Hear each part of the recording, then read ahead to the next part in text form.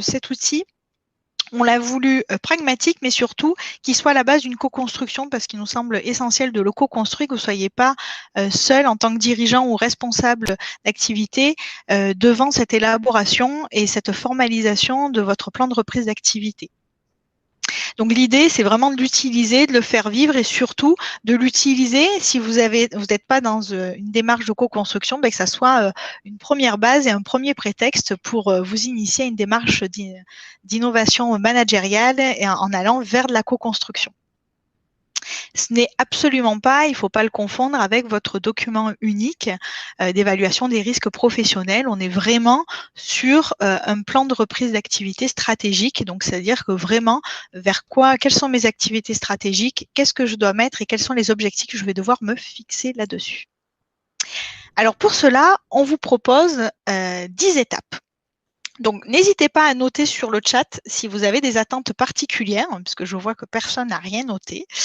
Soit vous n'avez pas d'attente, soit vous en avez plein et vous n'osez pas les poser, donc n'hésitez pas pour que je puisse bien cibler mes propos au fur et à mesure. Donc du coup, et notamment si jamais vous ne voyez pas assez, si c'est pas assez grand, pareil, n'hésitez pas à le mettre sur le chat et comme ça je pourrai agrandir si nécessaire. Donc, on va vous proposer, pour la construction de ce plan de ce PRAS, 10 étapes. Donc, la première étape, c'est toute la partie de contexte. Et là, ça va être un état des lieux, justement, avant cette crise du Covid. En gros, on va essayer de se resituer à décembre dernier. Qu'est-ce qui était avant cette crise du Covid? Quel était le contexte de votre entreprise? Ensuite, on va avoir 2 étapes, l'étape 2 et 3, qui vont être là pour analyser l'impact du Covid et recenser tous ces impacts, soit sur vos activités, ce qu'on va appeler les activités vitales, soit sur vos équipes. Ensuite, à partir de tous ces premiers onglets, on va faire une première pause, ça va être le diagnostic. Et ce diagnostic va permettre justement de regarder sur tout, vous allez voir, on aura renseigné plein d'éléments, on va pouvoir faire un diagnostic 360 degrés de la situation vis-à-vis du Covid-19. Et on va pouvoir cibler les aimants à protéger, à améliorer et à supprimer. Et ensuite, ces éléments-là, ça va être les fondations de votre stratégie de reprise. Justement, après, on va passer sur la construction et la co-construction des objectifs stratégiques vis-à-vis de la protection, des éléments à protéger, ensuite des éléments à améliorer et des éléments à supprimer. Enfin, après, on va passer dans une étape où on va les renforcer. Ces objectifs, on les a fixés, mais il va falloir quand même les travailler, leur donner un peu plus de chair, de consistance et surtout de bien les intégrer dans l'environnement de votre entreprise et de prendre tous les éléments en compte. Et ensuite, on va passer sur un plan vraiment d'action très pratique où on va organiser toutes les actions et les moyens qu'on va se fixer. Et enfin, vous aurez le tableau de bord qui va se construire et vous allez pouvoir suivre au quotidien pour assurer tout le pilotage de votre PRAS. Alors, on vous a mis en rappel aussi toutes les règles de la co-construction qui sont la base et qu'on vous invite à mettre en place à chaque fois que vous initiez une séance. Et c'est des choses qu'on va essayer de se mettre en place aujourd'hui. Ça va être la confidentialité, c'est-à-dire que tout ce qui est dit durant la séance reste à la séance. La confiance, la bienveillance et la responsabilité, l'écoute. On va vous proposer de ne pas utiliser le terme non, mais plutôt et si. Et si on voyait cet élément sous cet autre angle, participer avec attention, autoriser le droit à l'erreur, c'est-à-dire que vous allez voir, on a conçu ce fichier pour qu'il puisse y avoir des erreurs et vous puissiez les améliorer et apprendre et au fur et à mesure le faire vivre. C'est pas un fichier, une fois que vous l'avez formalisé, qui reste dans un placard, c'est quelque chose qui va pouvoir être bien manié et torturé. D'essayer d'abandonner ses préjugés et surtout de se dire l'intérêt collectif doit passer absolument avant mon intérêt personnel. Donc, je vous propose d'aller sur le premier onglet et d'attaquer sur le contexte. Alors, je vais le mettre un peu petit juste pour vous présenter de manière générale l'organisation de cet onglet et ensuite je vais réagrandir, on rentrera un peu plus en détail sur chacun des éléments. Donc ici, on a vraiment toute la partie du contexte. Donc dans cet onglet, vous avez 16 actions à mener pour remplir cet onglet. Vous allez voir, elles ne sont pas toutes obligatoires et d'ailleurs, on n'a rien conditionné dans l'outil d'obligatoire, ce qui vous permet, voilà, plus c'est complet, plus vous avez une complétude, plus ça sera riche. Mais l'idée, c'est de pouvoir avancer même si vous n'avez pas tous les éléments. Donc, on a une première partie qui va permettre de bien cibler dans quel contexte on se situe. Ensuite, on a une partie sur vraiment l'organisation du PRAS et en fait, on va faire un inventaire. Alors, si je détaille un petit peu plus, si je vais trop vite, pareil, n'hésitez pas à m'interrompre. Alors au début, on a une question toute bête, hein, c'est sélectionner le périmètre. Donc ce que je vous propose, c'est on va essayer d'initier ce PRAS et de le compléter en direct. Et on va essayer de le faire soit sur un cas que vous voulez me soumettre, soit sinon, on va le faire sur un cas. J'ai imaginé une entreprise durant la crise, un cas fictif complètement. Donc, toute ressemblance serait. Si vous trouvez des ressemblances avec une entreprise qui pourrait exister, c'est vraiment. Mon imagination est très bonne. Alors, ensuite, vous allez pouvoir enseigner les valeurs de votre entreprise. Alors là, l'idée, c'est que normalement, avant la crise du Covid, vous devez avoir les valeurs de votre entreprise. Si ce n'est pas le cas, ben justement, elles ne sont pas là. Durant le diagnostic, on pourra se dire, ben justement, avant le Covid, je ne l'avais pas fait, donc c'est peut-être quelque chose à réfléchir. Ensuite, la vision de votre entreprise, la raison d'être de cette entreprise. On l'a vu sur ensuite le domaine et le secteur concurrentiel de votre entreprise. Et ensuite, je vous demande de renseigner la proposition de valeur du périmètre ciblé par ce PRAS. Puisqu'ici, on peut le faire au niveau de l'entreprise, mais on peut le faire au niveau d'un département, d'un site ou d'un service. Donc, en fait, la proposition de valeur d'un département n'est pas forcément la proposition de valeur de l'autre département d'une entreprise. Donc voilà, donc vous allez pouvoir adapter. Donc moi, ce que je vous propose, c'est de prendre peut-être un exemple avec une proposition de valeur qui pourrait être, par exemple, vivre une expérience sportive unique grâce à des équipements de pointe. Ça, c'est une entreprise pourrait avoir cette proposition de valeur-là. Et sa raison d'être pourrait être rendre accessible au plus grand nombre le plaisir et les bienfaits du sport. Donc, dans ce contexte-là, quel pourrait être le SWOT avant crise de cette entreprise-là? Eh bien, par exemple, elle pourrait donc avoir comme force, justement, dans l'environnement externe, une augmentation des dépenses sportives de la population, un enclin assez important au niveau du sport. Par contre, en faiblesse, la montée de la vente sur Internet, alors que on fait plutôt une vente au quotidien en magasin. Et le développement de la vente C2C, puisque justement, de plus en plus, maintenant, on a de la vente, de la revente entre particuliers aussi. Et donc ça, c'est sur un créneau où l'entreprise n'est pas. En termes d'opportunités, c'est une entreprise innovante qui a une bonne image et une bonne notoriété. Mais par contre, elle a des menaces, c'est qu'elle propose des services qui sont pas assez connus. Le trafic en magasin est assez faible et il diminue. Et on a un développement durable qui est peu mis en avant. Alors, dans la 9e étape, on va renseigner les objectifs stratégiques de l'entreprise, justement avant le Covid. Donc, comment ils ont été indiqués en janvier, si vous avez fixé en janvier. Alors là, j'ai renseigné des exemples, mais je vais d'abord vous montrer comment ça se sur le template, comment ça se présente. Vous devez d'abord renseigner les thématiques de vos objectifs. Vous avez des objectifs stratégiques. L'idée, c'est de les renseigner par thématique. On a des objectifs qui vont plutôt concerner les clients, le marché, votre activité, l'organisation, les coûts, les revenus, votre proposition de valeur et les ressources associées.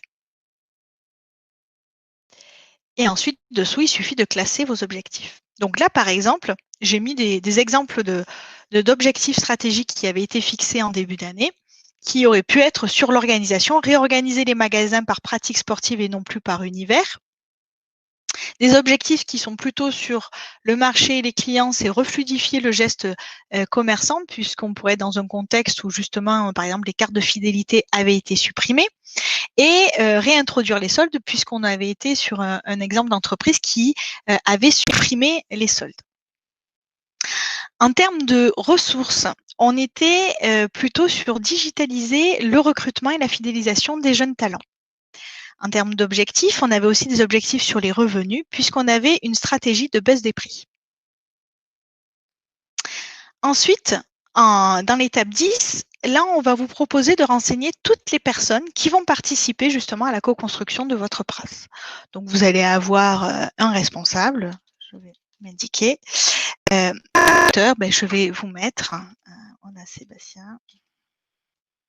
Ensuite, je vous affiche dans l'ordre où vous apparaissez sur mon écran. Ensuite, j'ai Thierry. Et ainsi de suite. Les personnes qui sont consultées, ça peut être des consultants extérieurs, mais ça peut être aussi, par exemple, des personnes que vous n'allez pas associer directement comme acteurs, mais vous allez pouvoir les associer. Ce que vous allez voir, l'intérêt de cet outil, c'est qu'on va vous poser des questions et c'est pas forcément d'y répondre immédiatement, mais c'est peut-être de lancer des actions pour y répondre. Donc peut-être que vous allez consulter l'ensemble de vos salariés ou alors des parties prenantes. Peut-être que vous allez consulter des clients, peut-être que vous allez consulter vos actionnaires. Et ensuite, vous allez vous dire, mais qui je dois informer? Qui doit être informé à l'issue de ce PRAS? Qui doit être informé de mon plan d'action stratégique? Et donc là, l'idée, c'est d'avoir cet inventaire ici. Et enfin, on va aller sur les dernières actions qui sont assez importantes. Alors, sur ces actions-là, on va passer dans une phase qui est assez importante puisque c'est une phase où on va recenser toutes les activités qui vont être ciblées par cette démarche de reprise d'activité. Donc là, je vais vous montrer comment se déroule notre outil. Alors ici, vous voyez, je vais juste vous présenter, c'est que notre outil, vous pouvez afficher, on n'a pas tout, hop, vous pouvez le dérouler, ce qui permet justement de l'outil, si jamais de ne pas avoir des listes énormes, mais vous pouvez à chaque fois bien tout modifier. On vous a laissé la main là-dessus. Donc du coup, en fait, ici, vous avez une case où vous allez devoir sélectionner dans toute cette partie les types d'activités, les activités qui pourraient être ciblées par cette démarche. Donc, on voit qu'on a le commercial, les achats, le RH, la logistique, les finances, la R&D, le marketing, la communication, le SAV, la production au bureau, la production en atelier, de la production sous-traitée, de la gouvernance, du juridique, de la qualité. Et peut-être que vous avez d'autres éléments. Mais normalement, je pense qu'on n'a rien oublié. Vous allez pouvoir classer toutes vos grandes activités. Donc là, je vous en ai mis quelques-unes en exemple, mais on pourra en rajouter si vous voulez en rajouter si vous en vient à l'esprit. Donc par exemple, au niveau commercial, quel processus j'ai au niveau du commercial? Et là, je vais inventorier tous les processus pour ces activités. Donc au niveau commercial, j'ai par exemple de la vente en magasin. J'ai de la production en atelier et par hasard, j'ai pris la chaîne de production de masques de plongée. Ensuite, en communication, j'ai communication externe, un processus sur toute la communication liée à ma marque.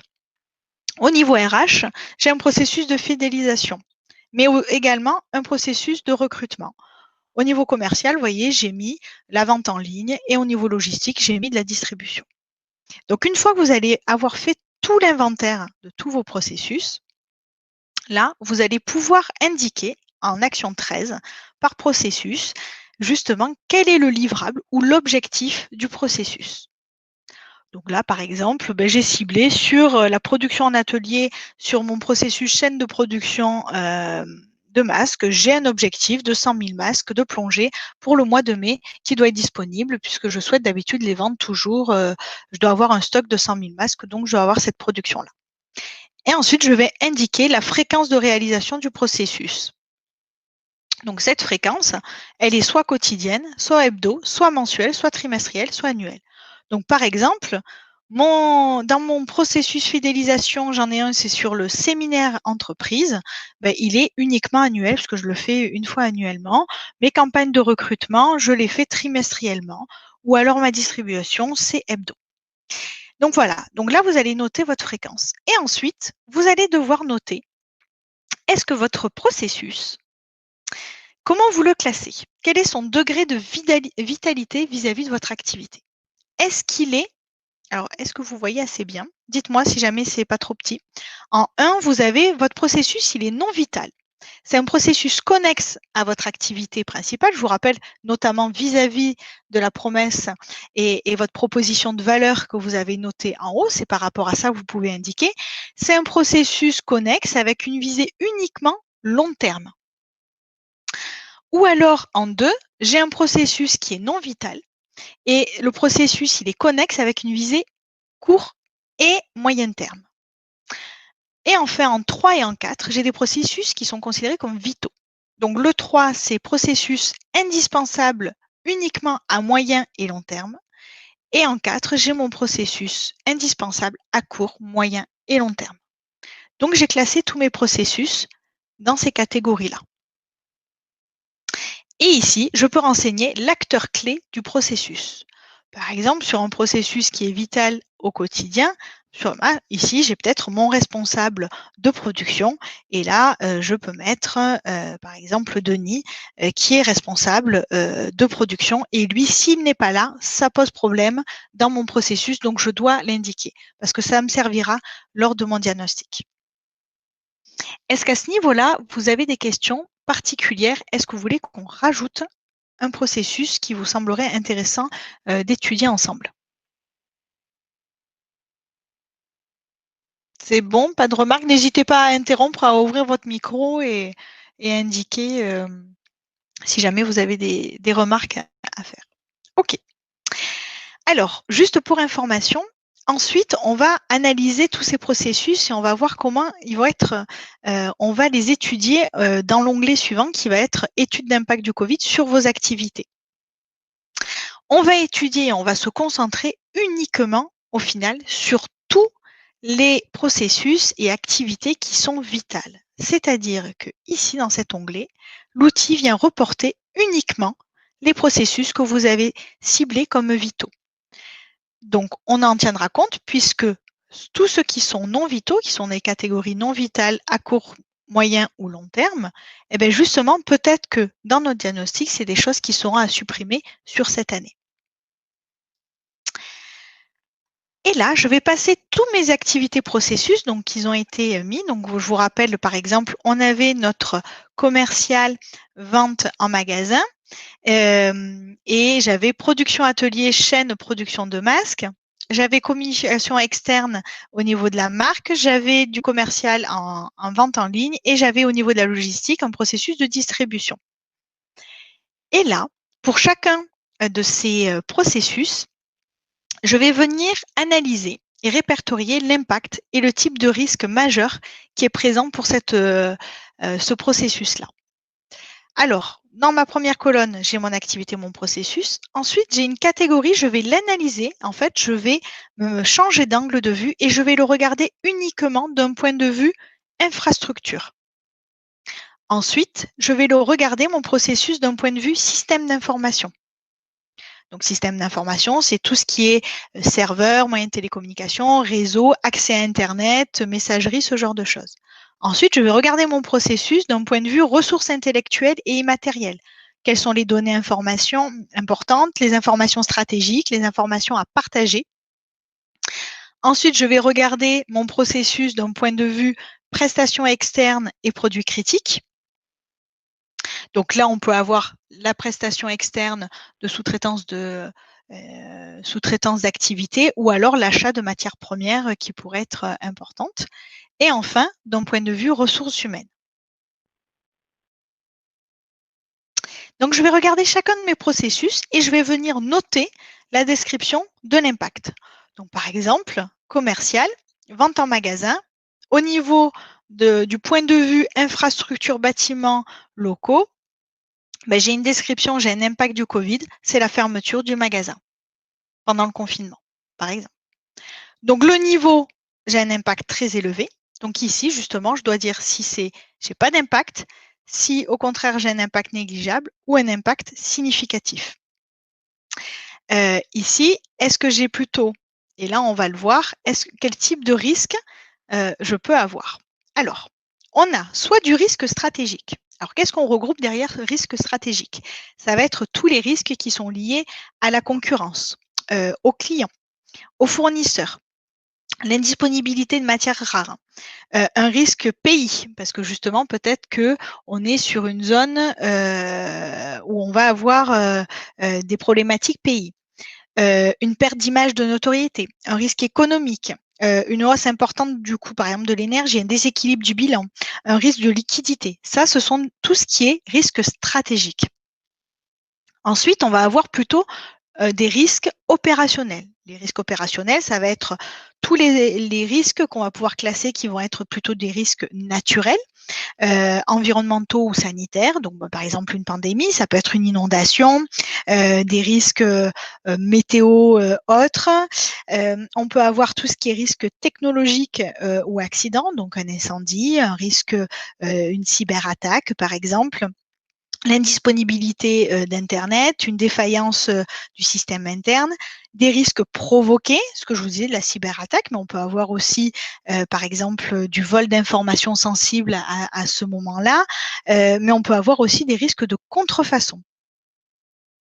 Ensuite, on va avoir les risques de gouvernance. Alors, les risques de gouvernance, là, ça va être, par exemple, l'absence de tableau de bord pertinent.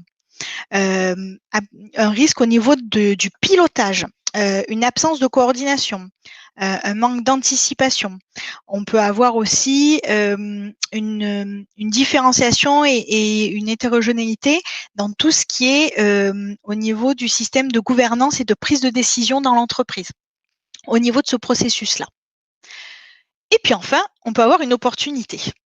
Donc là, pour chacun des processus, je vais décrire l'impact, noter le niveau de l'impact et sélectionner le risque principal, puisqu'en fait, pour plusieurs, on peut avoir plusieurs risques, mais vraiment, je vais noter celui qui est le plus important. Alors des fois, justement, cette étape-là peut prendre du temps parce que ça va vraiment faire appel à un débat et vous allez devoir en discuter avec plusieurs personnes. Donc là, je me suis amusée à en noter quelques-uns. Donc par exemple, on peut avoir au niveau de la, si je prends la production atelier, chaîne production masque, ici, j'ai ici au niveau des locaux, par exemple, je pourrais marquer la problématique. Donc simplement, je vais marquer problématique du risque sanitaire qui limite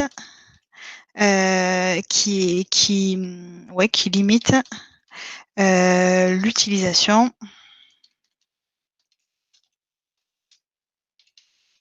je sais pas, par exemple, on peut très bien avoir sur ma chaîne à un moment dans ma chaîne de production quelque chose qui propulse, par exemple, un nuage de vapeur. Et donc là, ça pourrait m'embêter. Donc ici, je peux marquer un risque très élevé.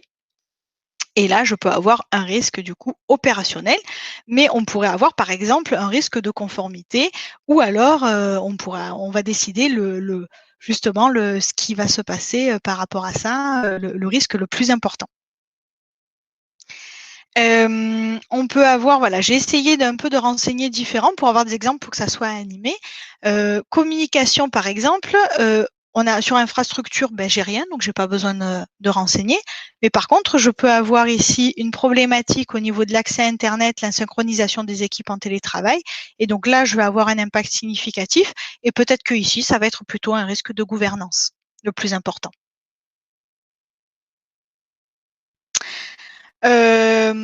Sur toujours mon problème de marque et ma communication, j'ai peut-être justement en termes de ressources, je me rends compte que l'impact, j'ai eu une mise à disposition, par exemple, du brevet du masque à but sanitaire en disant voilà, pendant un temps, j'ai dit vous pouvez produire ce masque pour que il soit utilisé et répondre. Donc là, en fait, on a eu un impact très élevé. Et je peux considérer ça vis-à-vis du processus communication notoriété comme une opportunité. Voilà.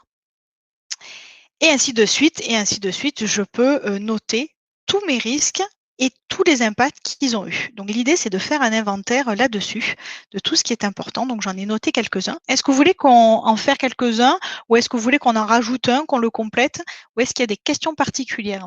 N'hésitez pas à prendre la parole. C'est OK pour tout le monde? OK, ça marche. Ouais, on est. Ah, pardon. allez, voulais savoir, David. je voulais savoir, par exemple, bien évidemment, je vais me référer à un autre cas, mais quand on n'en est pas à ce stade de développement, c'est-à-dire qu'on n'a pas encore la production et la commercialisation, du Oui, coup, on est sur des étapes beaucoup plus amont, oui, qu'on qualifie usuellement de recherche et développement.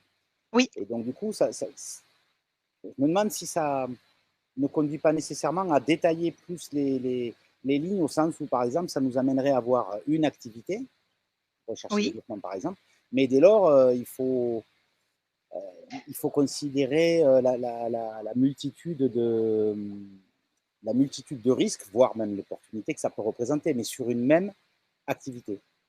Alors, en fait, vous pouvez la scinder parce que R&D, par exemple, là, je suis revenue dans le contexte, vous pouvez avoir en fait plusieurs processus dans R&D. Oui. Dans R&D, vous avez, on peut avoir un processus production proto, je sais pas, hein, par exemple, et puis je peux avoir un processus RDI, hop, pardon, je vais trop vite, qui va être veille scientifique. Par exemple, c'est deux processus qui sont dans la même activité RDI, mais c'est deux processus complètement différents. Puisque production proto, le livrable, ça va être un prototype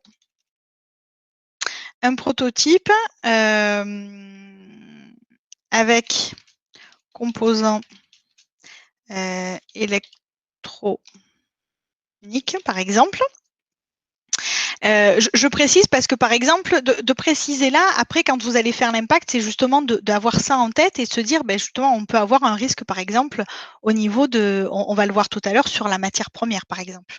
L'arrivée de la matière première, si on ne l'avait pas éveille, ça va être le livrable ou l'objectif. Le livrable, ça va être détection des signaux faibles en termes de nouvelles techno. Voilà, je mets quelque chose de très générique.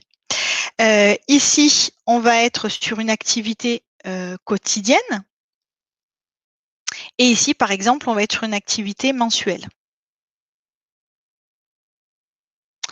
Ici, je vais mettre, est-ce que mon activité veille scientifique, est-ce qu'elle est vitale dans un premier temps ou est-ce qu'elle est connexe et du coup avec par contre une visée court, moyen, long terme ou plutôt long terme? Bon, je vais dire plutôt qu'elle est non vitale, celle-là, avec une visée plutôt long terme. Et par contre ici, pour moi, c'est vital parce que je suis à une étape où justement, par exemple, j'allais devoir présenter mon dossier à des investisseurs et il me fallait avoir réalisé mon prototype pour montrer sa faisabilité et son fonctionnement. Donc du coup, pour moi, c'est vital et c'est vital à la fois sur du long terme, mais aussi sur du court terme. Donc je vais rajouter mon processus ici. Donc je vais aller sur mon impact. Hop, je vais descendre. Donc il arrive ici. Et donc là, je vais regarder mon processus en termes de production, puisque ça me ramène que les activités qui sont vitales pour les analyser dans le détail. Et donc, si je le regarde vis-à-vis des infrastructures, peut-être que là, oui, peut-être, allez, je me permets de dire, par exemple, interdiction, l'impact, c'est l'interdiction d'accès au Fab Lab. Donc là, je ne peux plus le produire. Donc, mon impact, il est très élevé. Et donc là, je vais avoir un risque du coup qui va être vraiment opérationnel, mais qui pourrait même être même stratégique parce qu'en fait derrière, pour vous, il y a une levée de fonds. Donc peut-être qu'on pourrait même mettre qu'il est stratégique à ce niveau-là, puisqu'en fait, ça va entraîner vraiment un risque derrière au niveau de vos finances. Donc, et ça peut entraîner un gros risque économique. Donc, du coup, et surtout parce que, par exemple, vous continuez à payer l'accès à cet atelier. Parce que vous avez pris une adhésion qui était très ponctuelle, très chère, par exemple, et l'accès, et vous ne pouvez pas le négocier. Donc, ça peut être un risque, par exemple, stratégique. Ensuite, je vais regarder mon processus d'un point de vue plutôt système d'information vis-à-vis de la production. Est-ce que j'ai un risque? Eh ben, peut-être oui, parce que du coup, je me dis, bon, ben, ce que je vais faire, c'est peut-être que la réalité, ce que vous avez fait, c'est que vous êtes mis dans votre garage et il n'y a rien de sécurisé. Et donc là, justement, on a peut-être un risque de cyberattaque ou de perte de données, par exemple, perte, vol d'informations.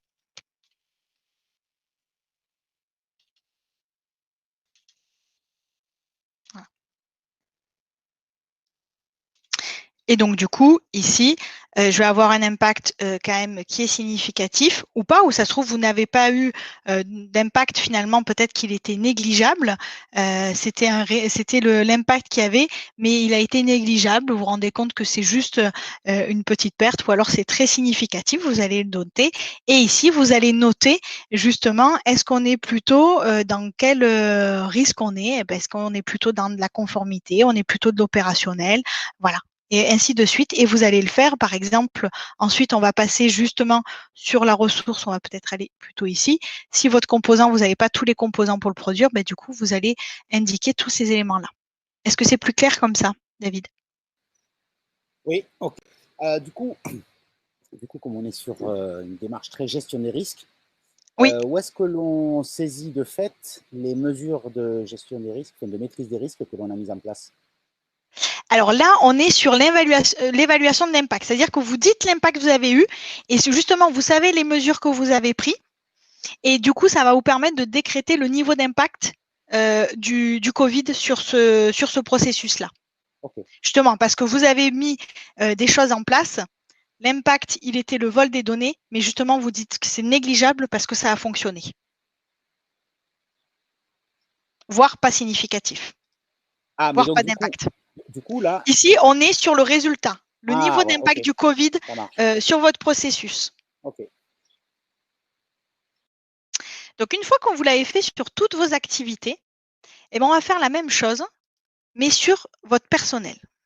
Donc là, j'ai inventé des cas pour essayer de vous présenter tout ça. Donc, vous renseignez tout simplement le nom et le prénom de la personne. Et ensuite, vous allez sélectionner et venir dire, sélectionner et évaluer surtout l'impact du Covid vis-à-vis de leur plan de charge. Donc ici, vous avez soit la personne a eu un arrêt total de son activité, soit une baisse de son plan de charge, soit pas de modification significative de son plan de charge, soit une augmentation significative de son plan de charge. Ensuite, là, on vous invite à questionner et évaluer le ressenti du confinement vis-à-vis de cette personne-là. Donc, vous voyez, on ne peut pas forcément y répondre de manière instantanée, puisque là, en fait, vraiment, on vous demande d'aller le questionner. Donc, l'idée, c'est justement que vous ayez une action d'échange auprès de votre équipe. Et là, est-ce que la personne a bien vécu la situation ou est-ce qu'elle a mal vécu la situation? Ensuite, on vous propose de questionner et d'évaluer sur le ressenti du déconfinement. A priori, comment se situe la personne? Est-ce qu'elle est plutôt, elle le vit bien, elle se projette bien dans ce déconfinement, ou au contraire, c'est une source d'angoisse et de stress? Vous savez qu'en ce moment, on parle beaucoup du syndrome de la cabane. Donc, est-ce qu'on est plutôt là-dessus ou pas? Ensuite, vous allez venir dire, bon, au regard de tout ça, je vais venir sélectionner la situation professionnelle de la personne pendant le confinement. Est-ce qu'elle a eu du télétravail, un arrêt total de son activité, l'activité partielle et du télétravail, de l'activité partielle et du travail sur site, ou uniquement du travail sur site?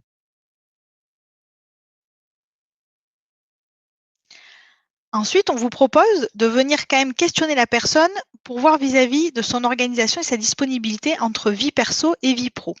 Pourquoi? Parce qu'en fait, il peut y avoir des impacts. Conditions de transport. Alors, notamment pour ceux qui sont à Paris, dans les transports en commun.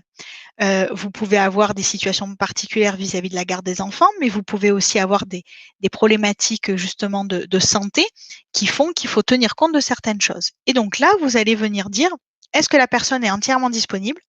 Elle est partiellement disponible. Il y a des contraintes à prendre en compte vis-à-vis de sa situation personnelle, ou la personne est complètement indisponible, situation personnelle non compatible avec le télétravail ou travail sur site. Et ensuite, on va vous proposer, au regard de tout ça, d'évaluer, selon vous, et de sélectionner le risque majeur encouru sur cette personne. Est-ce que c'est un risque de RPS. Par exemple, pour quelqu'un qui peut être en télétravail, qui a été seul, qui a mal vécu le confinement, qui angoisse de se déconfiner et qui a une surcharge de son activité, on pourrait avoir un risque là-dessus. On pourra avoir un risque sanitaire parce que la personne, plutôt, elle doit travailler sur site et elle a une pathologie, quelque chose de particulier que vous devez tenir compte. Ou alors, tout simplement, on peut avoir aussi un risque de motivation et d'implication de la personne. Ou un risque opérationnel parce que justement la personne ne peut pas venir se rendre, problématique X ou Y, vous avez plutôt un risque opérationnel sur cette personne-là parce que tout simplement son ordinateur a planté, elle n'a plus de connexion internet, je sais moi. Voilà. Et donc là, vous allez venir ensuite, au regard de toutes ces activités et du risque, dire est-ce que ce risque pour vous, ça n'a pas d'impact? Finalement, ça a un impact négligeable, un impact significatif ou très élevé. Et pour chacune des personnes, on vous propose de faire ça sur le risque principal encouru. Donc là, une fois que vous avez fait ça, vous avez fait quand même ce qu'on appelle une grosse étape quand même d'inventaire de tous les risques, de là où on en est. Et donc là, on va procéder à un diagnostic. Alors, je vais dézoomer un petit peu pour vous montrer l'organisation de cette page qui est assez importante et assez grande. Pour vous montrer, donc là, vous allez faire un diagnostic vraiment en vous basant sur tout ce que vous avez renseigné sur les précédents onglets. Et donc là, vous allez avoir, on va rentrer vraiment dans toutes les catégories et vous allez pouvoir constater, il y a plein de choses qui se remplissent tout seul et vous allez juste être là pour analyser et essayer de comprendre. Alors, vous pouvez, par exemple, donc ici, hop, je vais réagrandir.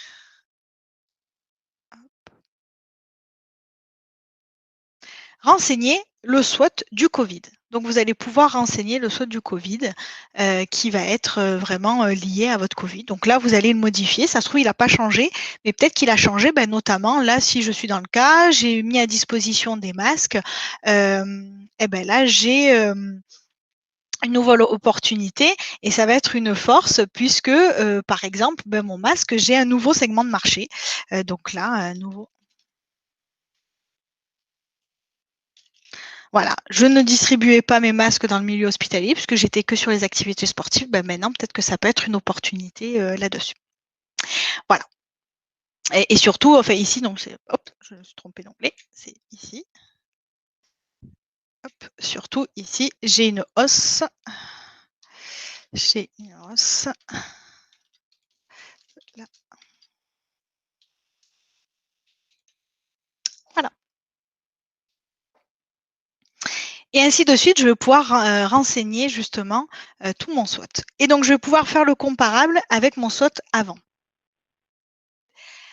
Et là, maintenant, je vais prendre connaissance de l'analyse que j'ai faite et je vais aller regarder les zones d'influence du Covid sur mon activité. Donc là, on vous propose vraiment de prendre du recul sur tout ce que l'analyse que vous avez menée. Et en fait, ça va venir répertorier. Et donc là, ça va vous répertorier dans ce premier onglet, dans ce premier carré, dans cette partie-là, l'impact très élevé. Votre Covid, il a eu un impact très élevé, on le voit. En termes d'infrastructure sur la vente en magasin, la distribution et sur la production de votre prototype. Au niveau du système d'information, sur les ventes en ligne. Au niveau des ressources intellectuelles, sur la communication et les ressources humaines, sur mon processus d'atelier. Donc là, vous voyez, là où le Covid a eu un gros impact et un impact très élevé. Et ensuite, vous avez ici un impact significatif. Donc vraiment, ça fait un zoom. Ça vous permet de zoomer sur là où il y a eu vraiment un impact significatif et très élevé sur vos activités et vos processus. Ensuite, on vous propose de prendre connaissance de la zone d'influence de la crise du Covid sur vos salariés. Et donc, du coup, vous allez avoir un inventaire des personnes qui ont été significativement et voire très élevées, qui ont été très impactées par cette crise du Covid. Ici, vous allez venir, vos objectifs que vous avez renseignés qui est au début de l'année, on vous dit, voilà, vous avez vu un petit peu, vous avez fait ce premier point, vous avez vu, vis-à-vis de vos objectifs du début d'année, on va venir vous inviter à colorier, vraiment, donc vous allez venir les mettre en couleur, donc en valeur, dire quels sont les objectifs qui ont été impactées par le Covid par rapport à l'analyse que vous faites justement des zones d'impact. Bon, mais par exemple, je vais pouvoir dire que justement là, j'ai été très impactée sur cet objectif-là, réintroduire les soldes, ça me réimpacte, ainsi de suite. Je vais prendre connaissance des types de risques qu'ont entraîné le Covid. Je me rends compte que j'ai des risques 3 au niveau stratégique et 5 au niveau opérationnel. Donc, ça veut dire que justement, peut-être qu'il y a des choses à mener là-dessus. Et une fois que vous avez regardé tout ça, justement, vous allez pouvoir maintenant renseigner tous les éléments. Au vu de tout ça, de tout ce diagnostic, vous allez pouvoir vous poser, vous dire, bon, voilà, qu'est-ce qu'il faut que je protège? Qu'est-ce que je dois protéger vis-à-vis de cette analyse-là? Qu'est-ce que je dois améliorer et qu'est-ce que je dois supprimer? Pensez que sur les éléments à supprimer, peut-être il peut être intéressant de se reporter sur votre premier onglet dans tout ce qui est non vital et de se dire, voilà, là actuellement, je dois supprimer par exemple mon séminaire, mon processus séminaire entreprise, je dois le supprimer. Je dois peut-être protéger absolument ma fabrication de masques de plongée et je dois améliorer mon côté logistique. Ou je peux peut-être améliorer aussi ma gouvernance. Je vois que j'ai un risque au niveau des gouvernances, donc là, je dois faire attention. J'ai des risques stratégiques, peut-être que ce que je dois protéger, c'est ma communauté de clients.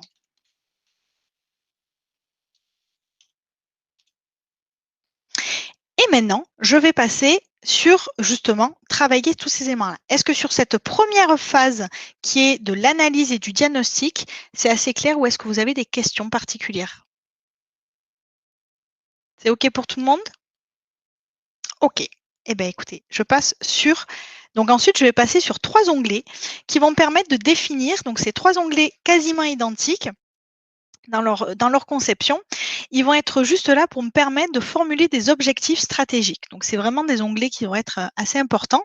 Et on en a 3 puisqu'en fait, on a ciblé à l'issue de notre diagnostic des éléments à protéger, à améliorer et à supprimer. Donc là, on va pouvoir voir les objectifs stratégiques. Je vais venir formuler des objectifs stratégiques liés à tout ce que je dois protéger. Donc, mes éléments protégés viennent se renseigner ici. Et là, je vais venir renseigner mon objectif stratégique. Donc, je vais devoir le décrire, essayer de le formuler. Donc, on vous a mis des conseils, c'est de lui donner un petit peu de corps, donc de ne pas hésiter à vraiment bien le cibler, le quantifier de manière qualitative ou quantitative et de donner le timing. Donc, par exemple, est-ce que là, je vais vous demander un petit peu de m'aider? Qu'est-ce qu'on pourrait mettre comme objectif stratégique pour protéger ma fabrication de masques de plongée? Donc là, je vous écoute, j'ai assez parlé jusque-là. Donc, quel pourrait être un objectif stratégique qu'on pourrait se donner pour protéger la fabrication de mes masques de plongée?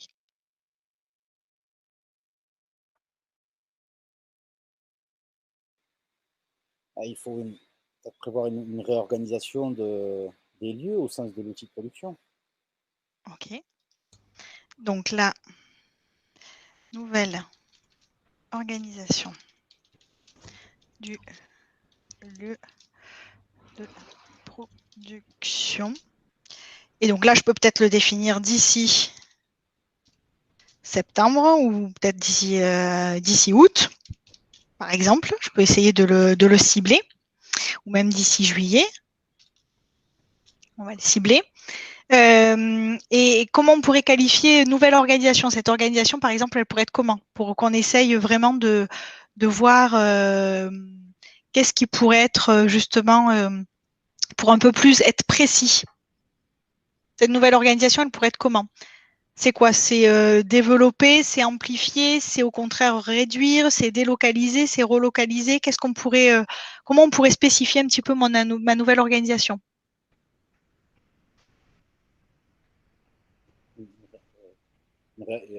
Un réagencement, j'entendais. Ouais, réagencement. Allez. Un réagencement.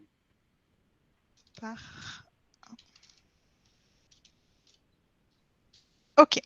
Alors, ici, je vais venir, une fois que j'ai décrit mon objectif, et vous allez voir là où c'est assez sympathique, ça va vous permettre de travailler votre objectif. Vous allez dire, je vais venir, vous avez répertorié vos activités, et là, vous allez essayer de vous dire, bon, sur quel impact ça a? Une réorganisation, un réagencement de ma production, sur quel impact, quelle activité va être impactée? Ben, je vais avoir mon atelier. Je vais peut-être aussi avoir ma production sous-traitée. Mais si j'ai une réorganisation, peut-être que ça va impacter aussi mes finances. Mais peut-être que je vais devoir impliquer ma R&D aussi dedans, parce qu'ils vont devoir me concevoir une nouvelle machine ou un nouveau dispositif très rapidement, parce qu'il y a quelque chose que je dois revoir. Donc, je vais venir sélectionner aussi cette partie-là. Et là, je vais venir noter le degré de nouveauté de cet objectif. Est-ce que cet objectif, il est, par rapport à mes anciens, inédit, adapté ou inchangé? Donc, par rapport à tout à l'heure, sur mes objectifs, il est complètement inédit. Et là, je vais venir maintenant, dans une quatrième étape, tester mon objectif que j'ai fixé. Et je vais venir voir s'il est robuste. Et c'est là où ça va être le plus intéressant. C'est est-ce que cette réorganisation et ce réagencement est compatible avec les valeurs de mon entreprise? Donc, par exemple, je dis oui, effectivement, ça n'a pas d'impact vis-à-vis de ça. Est-ce qu'il est compatible avec la raison d'être de mon entreprise? Ah oui, il est compatible, donc ça a un impact positif, c'est bon. Est-ce qu'il est compatible avec une reprise économique lente et progressive? C'est-à-dire qu'on va imaginer 4 scénarios différents, justement, de cette reprise-là. Et on va venir tester notre petit objectif. La propagation du virus, elle est contenue, voire arrêtée, et la reprise économique est lente. Est-ce que là-dessus, j'ai un impact qui est bon? Donc, par exemple, je peux dire oui, ça a un impact, il n'y a pas d'impact particulier, ce scénario n'a pas d'impact vis-à-vis de ma réorganisation. J'ai par contre une compatibilité avec une reprise économique très rapide. La propagation du virus est contenue, voire arrêtée, et on a une super reprise économique très rapide. Ah, celui-là, on voit que là, par contre, j'ai un impact négatif. Je n'arriverai pas à suivre d'ici juillet, si j'ai une reprise, par exemple, très, très rapide. Ici, la compatibilité de mon objectif avec une reprise économique cyclique faite d'alternance, de reprise et de rechute. Donc, par exemple, on a le virus qui est non contenu et on a une reprise qui est très chaotique avec du confinement, déconfinement et alternance. Donc là, ben ça, je vais dire, là, par rapport à ma réorganisation, je n'ai pas d'impact.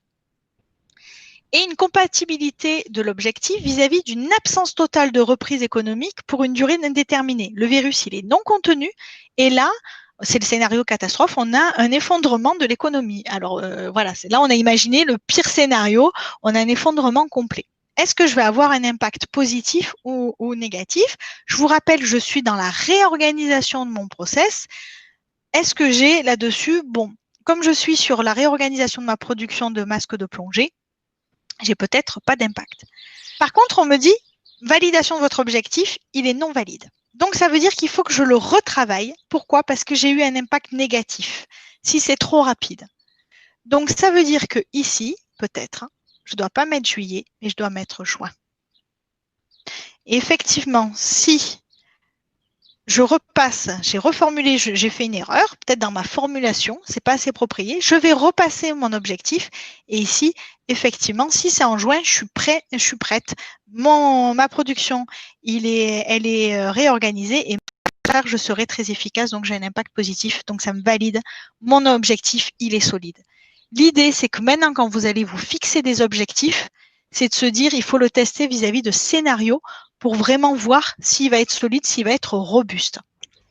On est vraiment sur faire quelque chose qui est solide. Alors, pour ne pas le rechanger. Oui. Si je peux me permettre. Oui. Sur l'exemple, ouais, il est très, très parlant. Oui. Vous réagencez votre outil de production de telle manière à quand même parvenir à produire dans la situation, mais néanmoins, évidemment, ce réagencement, du coup, vous aurez un flux de production moins important.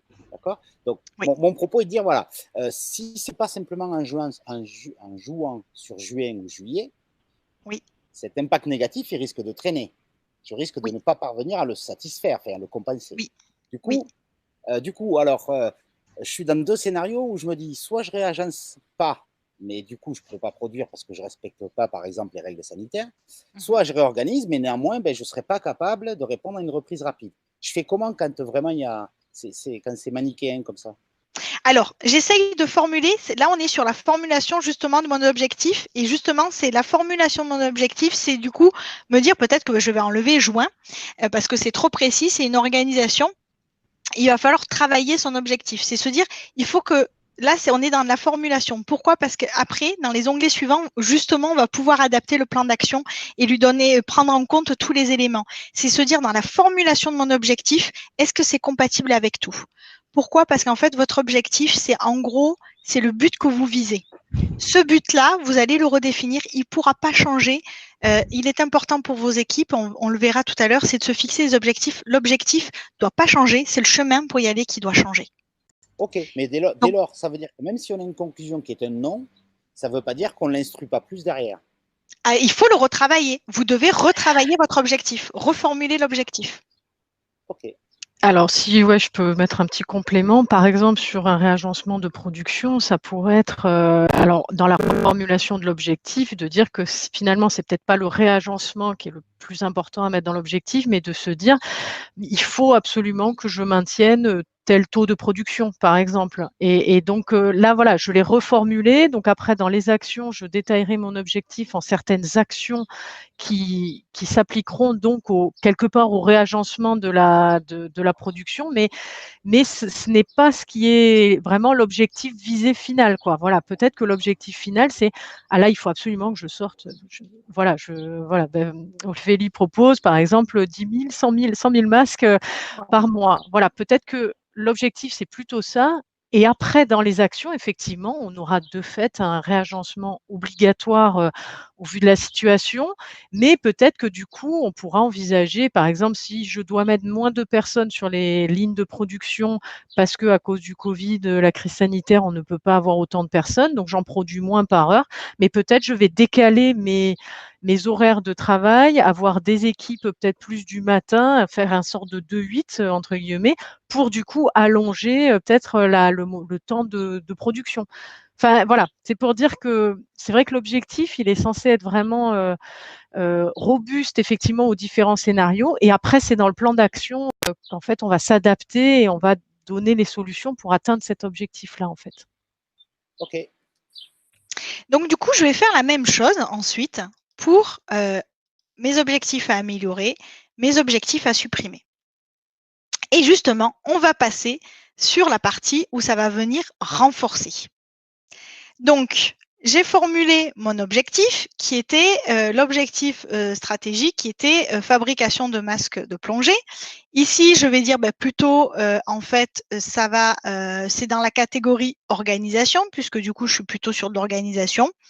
Et là, je vais venir donner mes indicateurs de réussite. Donc, sur mon objectif que j'ai formulé, je vais venir dire ici, voilà, mon indicateur de réussite, ça va être plutôt, voilà, je vais le fixer, ça va être, alors tout à l'heure je l'avais noté, mais c'était peut-être justement le faire, ça peut être la production de 100 000 masques entièrement français. Ça peut être un indicateur qualitatif ou quantitatif. Vraiment, l'indicateur de réussite, c'est celui que je vais me fixer.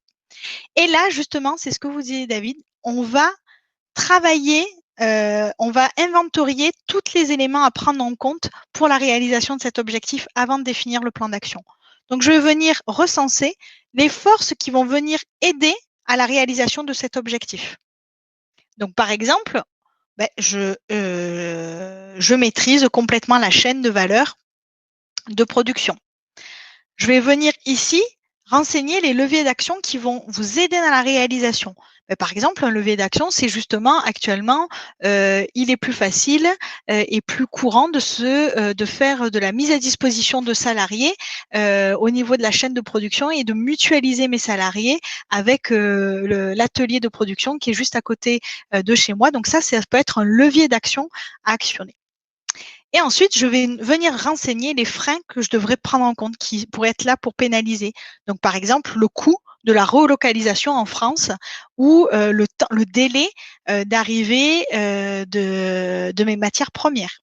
Et les contraintes vraiment à prendre en compte qui vont être à répertorier et qui seront à prendre en compte puisque tout à l'heure, on va formuler notre plan d'action et du coup, on va devoir prendre ça en compte. Donc, justement, je vais passer dans mon plan d'action. Et là, je vais venir sélectionner. Donc, j'avais mon objectif qui était sur la fabrication de masques.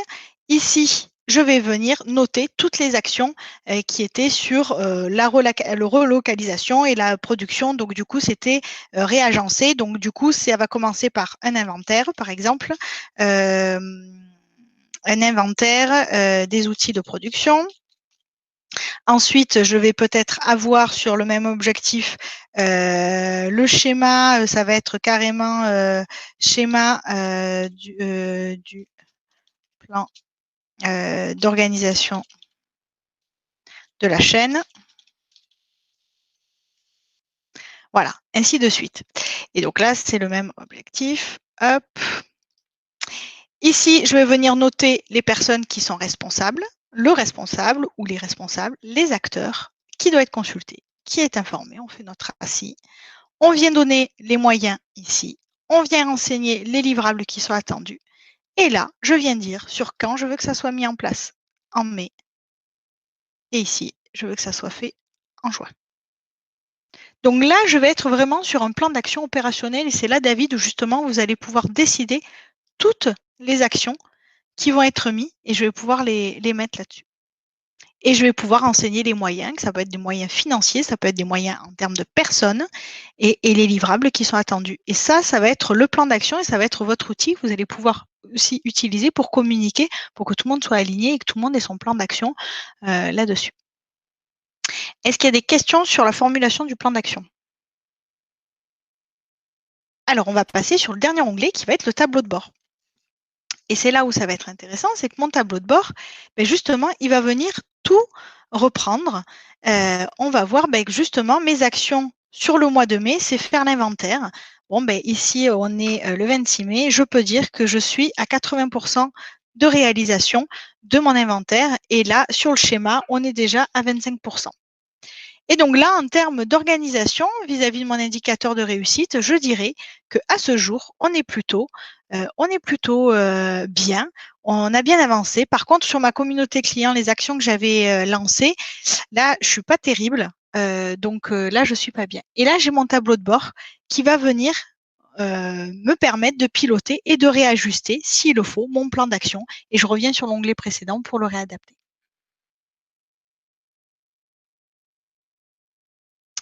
Est-ce que vous avez des questions particulières? Alors là, je vous écoute, puisque j'en ai terminé avec cette présentation de notre outil. Ouais, ben, je me permets si je ne vais pas monopoliser, mais oui, ok, du coup, une fois qu'on a réalisé l'intégralité de cette étude, on a quelque part, grosso modo, la solution finale, on perd quand même, je veux dire, on perd tout le cheminement qui a été le nôtre pour l'établir.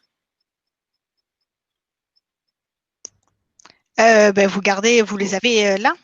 Non, c'est pas ça la question peut-être, j'ai pas bien compris. Et non, puisque comme on en discutait tout à l'heure, même par rapport à l'intervention de Valérie, à un moment donné, on venait finalement reformuler les choses parce qu'on s'est pas. Ben, il faut le travailler, oui, il faut le retravailler, oui. Voilà, oui. On va le retravailler, mais donc du coup, en fait, on parvient à la mise au point de la solution que l'on va mettre en œuvre ensuite, à savoir donc ce plan que l'on va appliquer. Mais du coup, on perd en passant ces modifications qu'on a faites et qui justifient justement.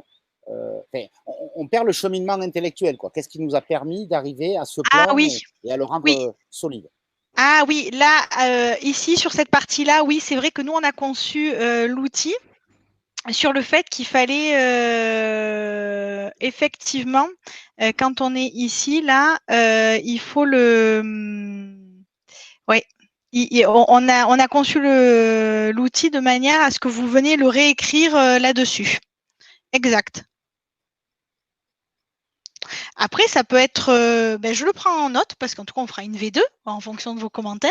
Donc ça, c'est peut-être quelque chose pour la V2 à noter que vous souhaitiez garder en fait les objectifs et venir noter les nouveaux objectifs et venir reporter que ce que vous voulez. C'est ça? Pour avoir la trace de tous les objectifs qui avaient été formulés en fait.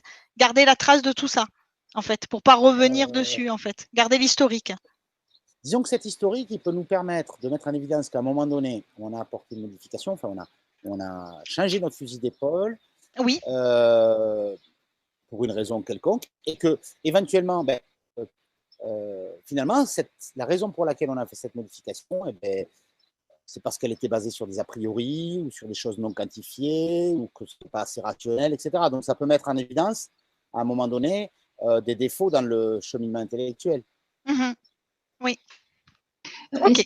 Excusez-moi, est-ce que justement, pour répondre à ce besoin de conserver, puisque cette première idée n'aboutira pas, donc on la retrouvera pas réapportée sur les autres onglets, on pourrait refaire une deuxième ligne avec la stratégie modifiée, et puisqu'elle serait positive, on la verrait transportée sur les autres onglets, alors que notre première évaluation, enfin notre premier rédaction resterait comme lettre morte, et on pourrait avoir deux ou trois lignes qui seraient l'affinage de notre libellé, de notre stratégie qui serait conservée dans le même tableau. Oui, Daniel, je l'ai noté, mais je pense que là, le paramétrage qu'on a fait du Excel, on doit juste le changer parce que je pense qu'il y a une condition de report qui n'intègre pas ça. Donc, du coup, là, je l'ai noté parce que du coup, on fera une V2 qui peut intégrer cette modification, oui. Toujours dans les remarques, ce que je me demandais, c'est s'il y avait toujours rigoureusement indépendance, entre guillemets, entre les lignes, là, ou si on pouvait… Vous pouvez les fusionner, par exemple. Oui, bien sûr, vous pouvez… par exemple, il peut y avoir des… il y a des choses qui peuvent se regrouper, en fait. Oui, ou mon propos est dire, est-ce qu'éventuellement… alors bon, je ne l'ai pas appliqué, hein, donc je ne sais pas, ma question n'a peut-être pas de sens. Mais est-ce qu'éventuellement, il peut y avoir des liens de dépendance, des liens de causalité entre ces objectifs? C'est-à-dire que si sur l'un d'entre eux, il n'y a pas satisfaction, du coup, ça va en impacter d'autres, etc. Complètement. Et c'est pour ça que ici, en fait, ça va être vraiment dans le renforcement. Comme ils vont être classés par thématique, ça vous permettra aussi de regarder. Et justement, dans cette partie-là, bien sûr, ce qui peut vous pénaliser les freins, c'est voir il y a vraiment une phase où vous allez devoir regarder si justement un objectif ne vient pas en pénaliser un autre. Ou au contraire, il y a deux objectifs qui peuvent se renforcer et de se donner encore plus de force. Ça peut être soit des leviers d'action, soit ils peuvent être antagonistes ou au contraire venir se renforcer. Et c'est au travers de cet onglet-là où vous pouvez le travailler et revenir du coup sur la formulation effectivement de votre objectif. Okay. Oui, mais ça, c'est quelque chose à voir complètement. Il faut vraiment prendre le temps sur cette partie renforcement d'objectifs. Il faut vraiment regarder est-ce que vos objectifs entre eux, comment ils fonctionnent, s'ils sont bien cohérents. Okay.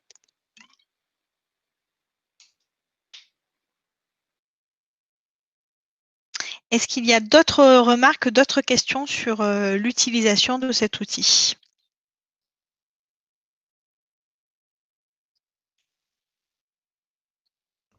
Alors, on a une question, en fait, Capimago. Alors, je n'ai pas retenu le nom de la personne.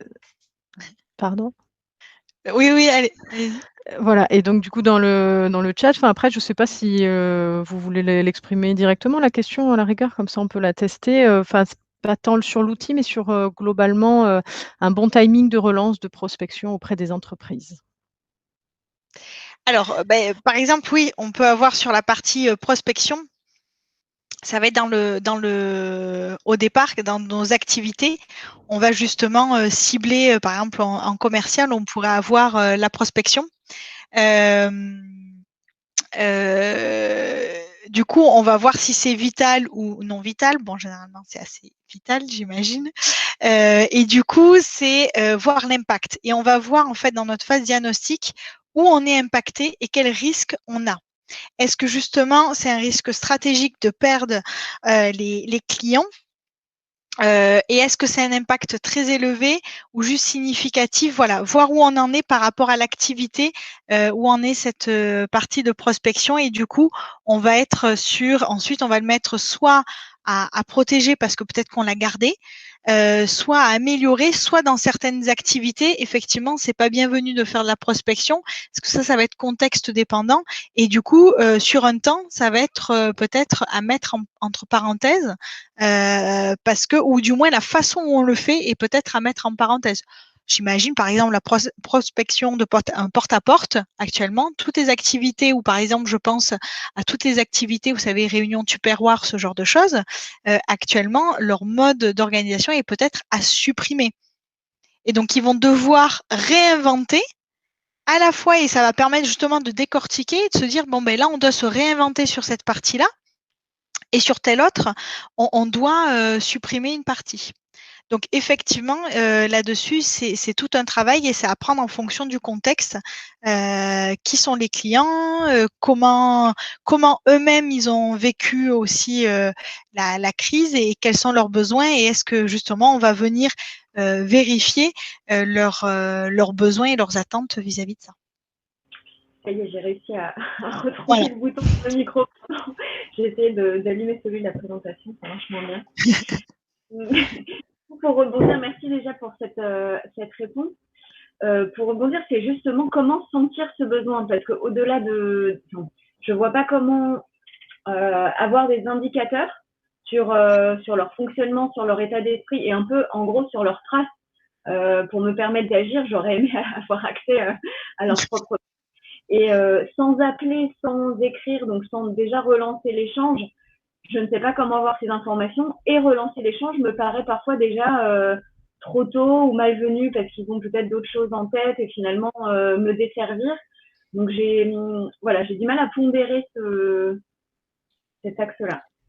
Alors je pense qu'il y a plusieurs éléments. C'est peut-être justement si la prospection est vitale, et tout type il faut voir le type de prospection. C'est pour ça que dans le contexte, il faudra bien cibler les différents processus peut-être de prospection, parce qu'il peut en exister plusieurs. Ça va être justement de regarder. On n'est pas obligé d'appeler, mais on peut peut-être, vous pouvez faire une veille sur les réseaux sociaux. Vous pouvez aussi appeler pour prendre des nouvelles. Tout dépend du type de cible que vous avez. Et effectivement, vous allez, on peut avoir des indicateurs et regarder. Il existe quand même pas mal d'informations. Mais par exemple, j'imagine dans le secteur de la restauration, je pense que c'est un moment difficile. Sans parler de prospection, un fournisseur qui appelle un restaurateur pour prendre ses nouvelles, je pense que ça peut être bienvenu.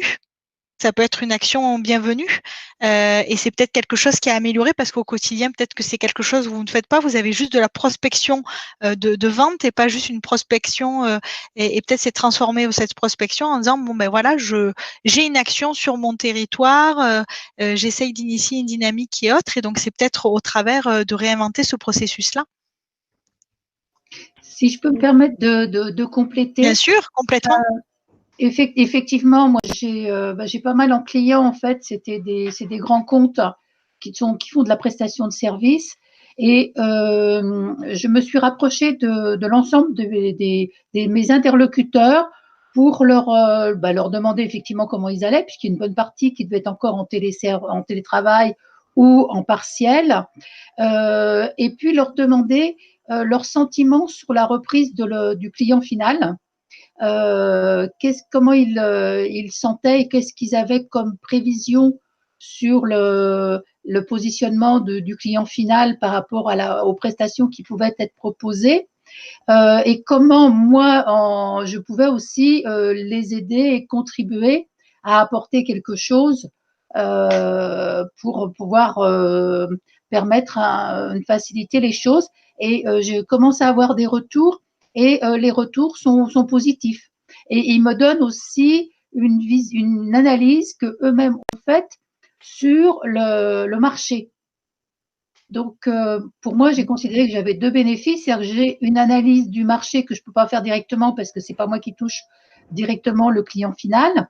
Et j'ai eu un élément qui, à mon sens, avait été positif dans le fait que je m'étais inquiétée ou je m'étais informée sur leur façon d'être et la situation de leur entreprise actuellement.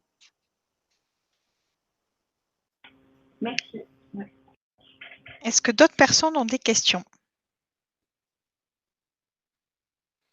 J'ai encore une remarque, je m'excuse. Oui, je reviens sur l'onglet, alors je de mon côté, objectif stratégique protégé. Oui. Alors, donc sur sa dernière partie, la partie 4, hein, qui consiste à le tester pour vérifier sa solidité. Alors, je comprends totalement hein, les rubriques, il n'y a pas de...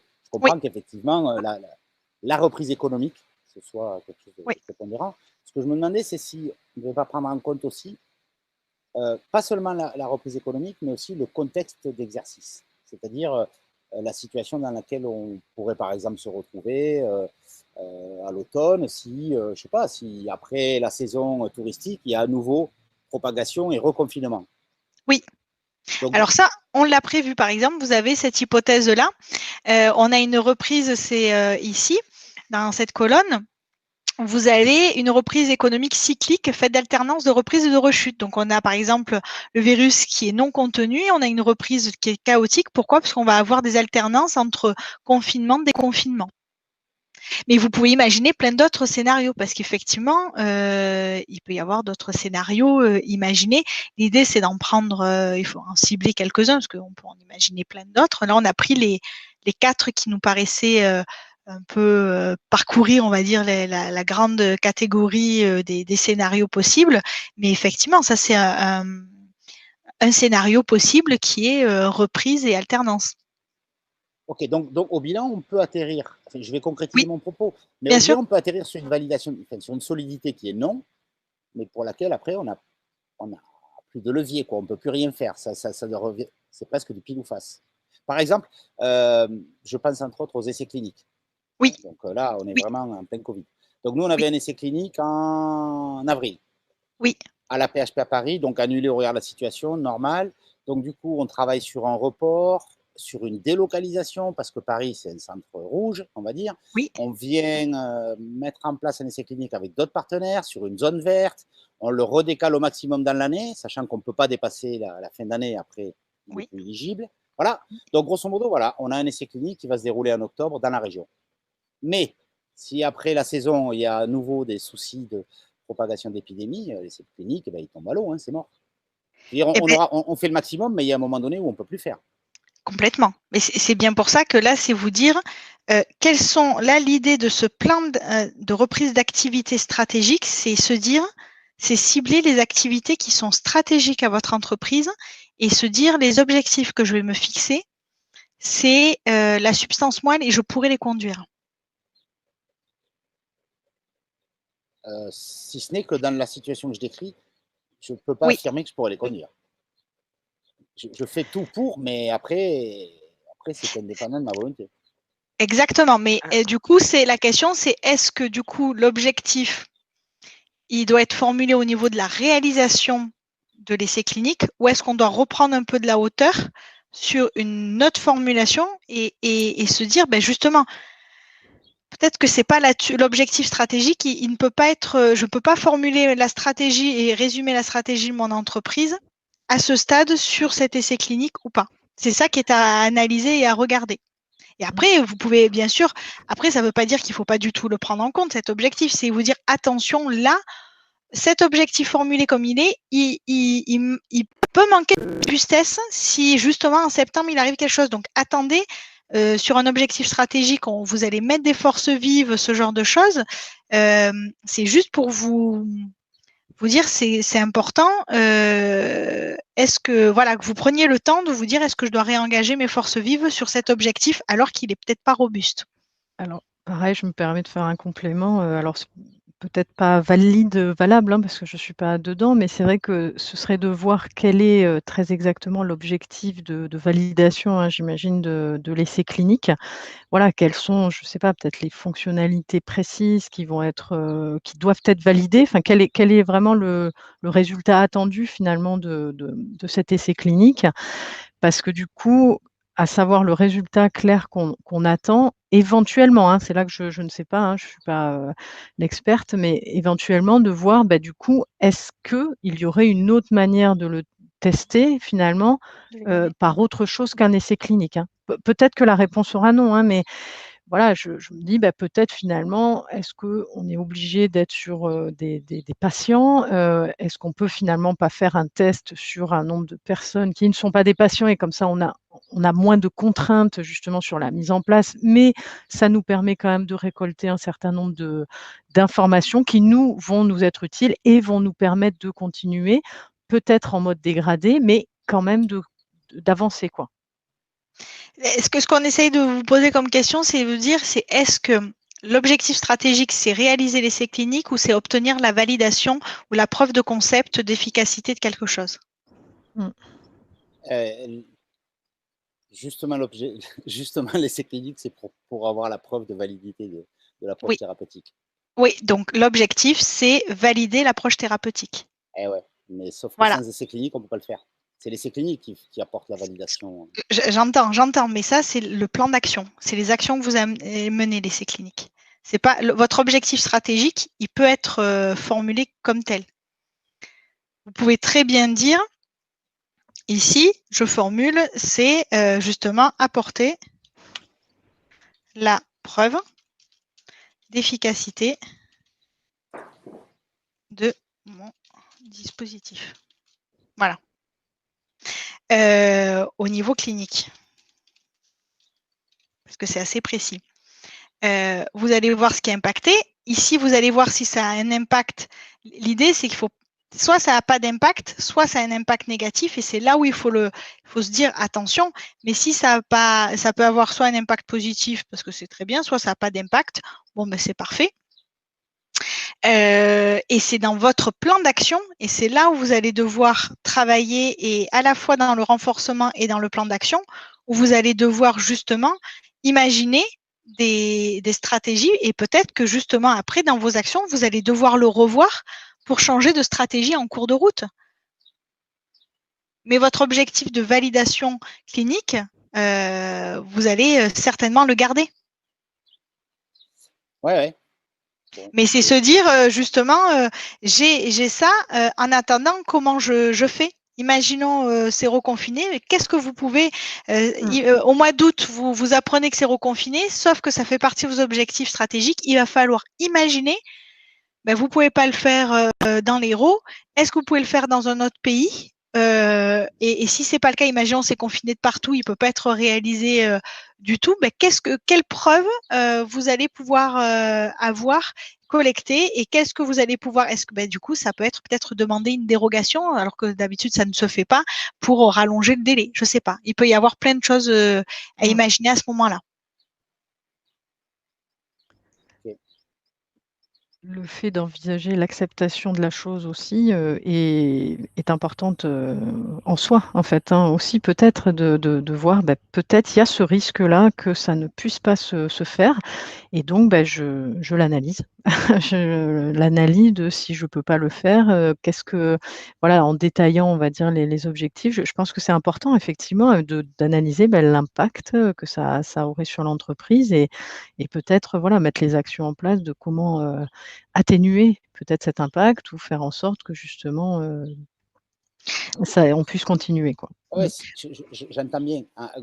Fondamentalement, sans avoir la méthodologie que vous nous proposez là et l'outil qui va avec, fondamentalement, c'est un travail qu'on a conduit dans le même esprit en fait que la gestion d'un risque. Hein, voilà. Oui.